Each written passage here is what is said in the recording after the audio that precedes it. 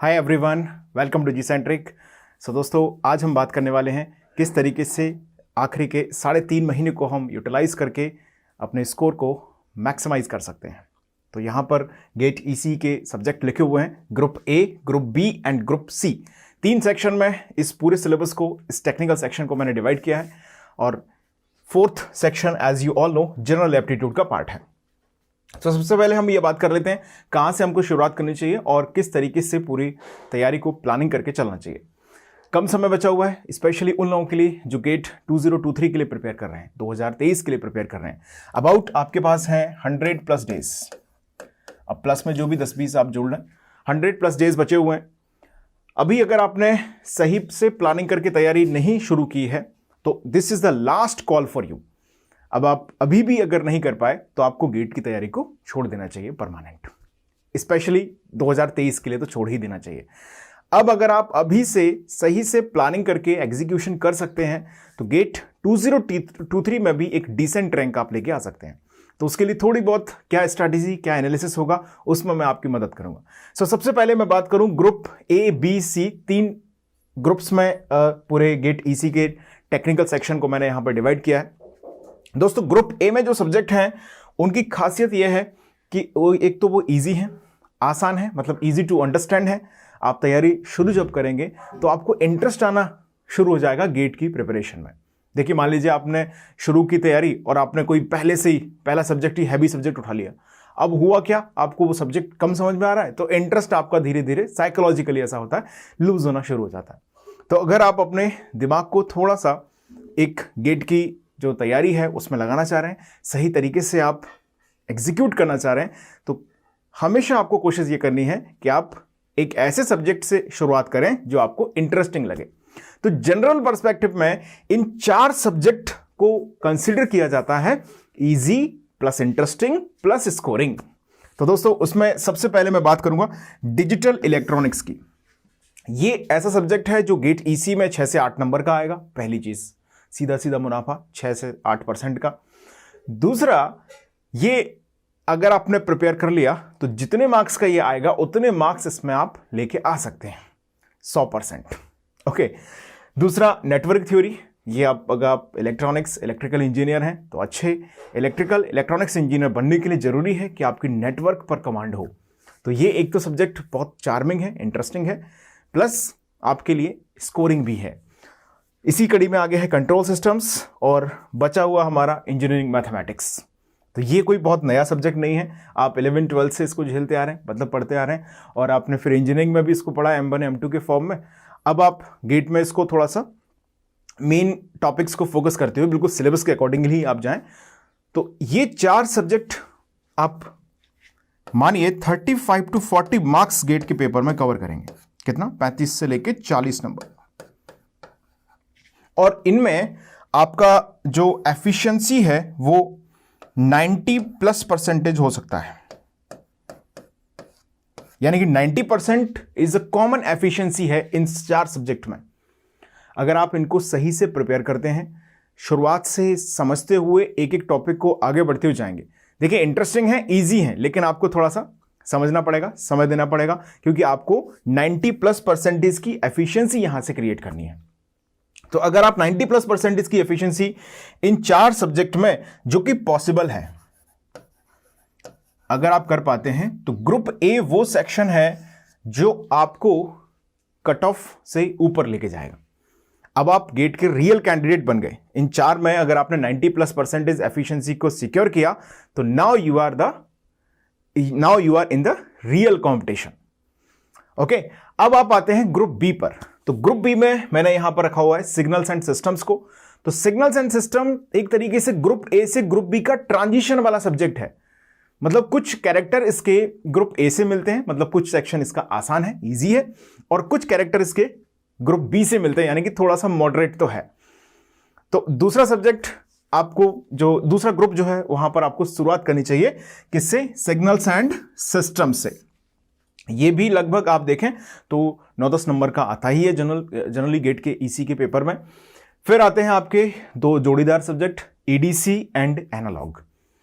दोस्तों, जब आप एमटेक करने के लिए जाएंगे, किसी आईआईटी में इंटरव्यू देंगे, तो अगर आपकी ब्रांच रिलेटेड टू इलेक्ट्रॉनिक्स है, लाइक VLSI हो गया, ओके, या इससे जुड़ी हुई कोई भी ब्रांच जिसमें इलेक्ट्रॉनिक्स का इन्वॉल्वमेंट होगा, वहां पर आपको इन 2 सब्जेक्ट्स की नॉलेज काम आएगी। तो वो तो खैर हमारी बात की बात है, हम पहले गेट को स्कोर करेंगे, फिर हमको मौका मिलेगा IIT में जाने का। तो सबसे पहले हम अगर टारगेट कर रहे हैं, सिग्नल सिस्टम्स हमने कंप्लीट किया, देन आप स्विच कर सकते हैं ADC प्लस एनालॉग। ये मॉडरेट लेवल के सब्जेक्ट हैं, अगर आप इनको प्रिपेयर करेंगे तो इसमें आप 80+% इसकी एफिशिएंसी लेके आ सकते हैं। 80% प्लस की एफिशिएंसी आप लेके आ सकते हैं। थोड़ा सा सेफ जोन में रहें तो हम बोल सकते हैं 70+% इसकी एफिशिएंसी। मार्क्स की अगर मैं बात करूं गाइस, तो लगभग आप बोल सकते हैं ये 25 to 28 मार्क्स मिलके ये कवर कर सकते हैं। 25 to 28 मार्क्स।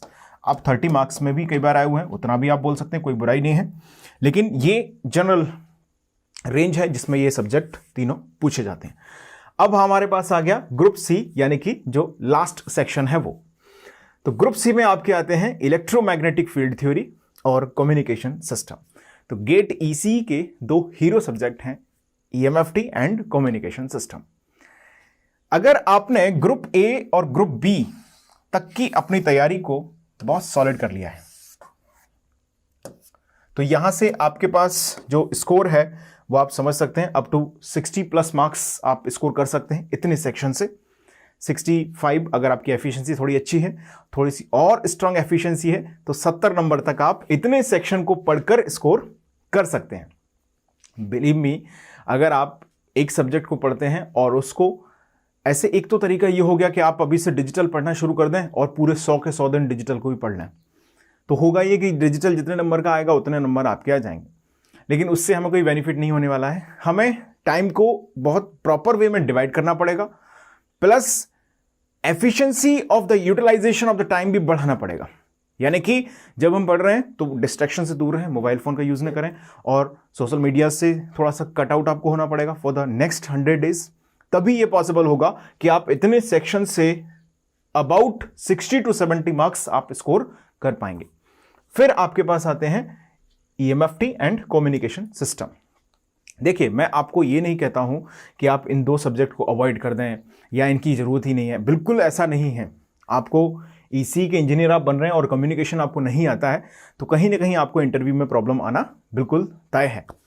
लेकिन दोस्तों, जब हम अभी तक तैयारी को सही से शुरू नहीं कर पाए हैं, तो अब नैया पार कैसे हो वो प्लानिंग मैं आपको बता रहा हूं। तो उसके लिए जरूरी है कि हम ग्रुप A ग्रुप B में कोई कसर नहीं छोड़ें और हम एक एक सब्जेक्ट को सिस्टमैटिकली तैयार करते जाएं और उसका रिवीजन भी हम करते रहें। अब हमारे आते हैं EMFT एंड कम्युनिकेशन। तो इनमें भी अगर आप देखें, अबाउट टू आप बोल सकते हैं 15 to 20 एटलीस्ट मार्क्स, या मैं बोलूं आपसे तो 18 से लेके 22-23 नंबर तक ये दोनों सब्जेक्ट कवर कर सकते हैं। इतने मार्क्स लगभग ये कवर करते हैं। और लास्ट में आपका सेक्शन आ गया जनरल एप्टीट्यूड का, जो कि फिक्स है 15 मार्क्स। इसमें कोई नाप तोल आगे पीछे नहीं है, 15 मार्क्स का। अब अगर आप फर्स्ट ईयर में हैं और आप सोच रहे हैं गेट की तैयारी का, तो अभी थोड़ा सा रुकिए, ठहरिए। माहौल चारों तरफ गेट का जरूर हो रहा है इंजीनियरिंग स्टूडेंट्स के लिए, लेकिन थोड़ा सा आपको इस चीज़ को एनालाइज करते हुए चलना है कि आपको कैसे चीज़ों को समझना चाहिए या शुरुआत करनी चाहिए। तो those who are in the first year, start करें जनरल एप्टीट्यूड पढ़ना। जनरल एप्टीट्यूड आपको एक तो कंपनी प्लेसमेंट में काम आएगा, यानी कि जब आप फाइनल ईयर कंप्लीट करेंगे, फिर आपको किसी कंपनी में अगर रिक्रूट होना है तो ऑब्वियसली वहाँ पर आपको ये काम आएगा। जनरल एप्टीट्यूड पढ़ें और आप इंजीनियरिंग मैथमेटिक्स पढ़ें। If you are in the first year, तो आपको इन 2 सब्जेक्ट के अलावा अभी कोई भी टेक्निकल सब्जेक्ट पढ़ने की ज़रूरत नहीं है। अब अगर आप 3rd सेमेस्टर में हैं, तो इसमें से वो सब्जेक्ट शॉर्टलिस्ट कर लें जो आपके सेमेस्टर के सब्जेक्ट हैं। पहले उनको पढ़ें, उन पर कमांड करें, फिर उसके बाद group A group B accordingly जो सीक्वेंस मैंने बताया है तैयारी का, उस तरीके से आप सब्जेक्ट को प्रिपेयर करना शुरू कर दें। अब जिन लोगों ने मान लीजिए group A group B group C इन तीनों के सब्जेक्ट्स को पढ़ लिया है, अब थोड़ा सा उनको कॉन्फिडेंस गेन करने की जरूरत है। यानी कि सपोज दैट ऐसा हुआ है कि ग्रुप A और ग्रुप B आपने पूरा पढ़ लिया है अभी, और ग्रुप C अभी आप स्टार्ट कर रहे हैं, या आप इसमें काफ़ी कुछ इसमें कंप्लीट भी कर चुके हैं। तो एक चीज़ ध्यान रखिएगा, आप नया सब्जेक्ट जरूर पढ़ते रहें, लेकिन पूरे दिन में समय जरूर निकालें कि आपने जो सब्जेक्ट पहले पढ़े हुए हैं उनको आप रिवीजन करते रहें। आपका रेगुलर रिवीजन जो होगा, आप क्विकली थ्योरी के समरी नोट्स बना सकते हैं, बनाना चाहें तो, अदरवाइज नहीं भी बनाएं तो आप नोट्स को रिवाइज करें और टेस्ट देते रहें, ऑनलाइन टेस्ट में अपीयर होते रहें। इस तरीके से अगर आप सिस्टमैटिक वे में तैयारी करते हैं तो एक तो आप अपने स्कोर को मैक्सिमाइज कर पाएंगे, दूसरा आपका जो इफेक्टिव यूटिलाइजेशन है टाइम का वो भी बढ़ेगा। तो आप पूरा दिन का जो 24 घंटे हैं उसको रेगुलर रूटीन के अलावा सभी सब्जेक्ट्स के अकॉर्डिंगली जहां जहां आपको थोड़ा ज़्यादा वर्कआउट करना है वहां वहां आप उन चीज़ों को डिवाइड कर दें। बिलीव मी, आपके पास दिसंबर तक का टाइम है। दिसंबर के बाद आपको मेनली फोकस करना पड़ेगा रिवीजन पर। जनवरी is all about the revision. तो दोस्तों, आज का ये सेशन मुझे उम्मीद है कि आप सभी लोगों को पसंद आया होगा और आप ग्रुप A, B, C इस तरीके से सब्जेक्ट को डिवाइड करें और उनकी तैयारी को शुरुआत आप कर सकते हैं। So thank you so much for watching.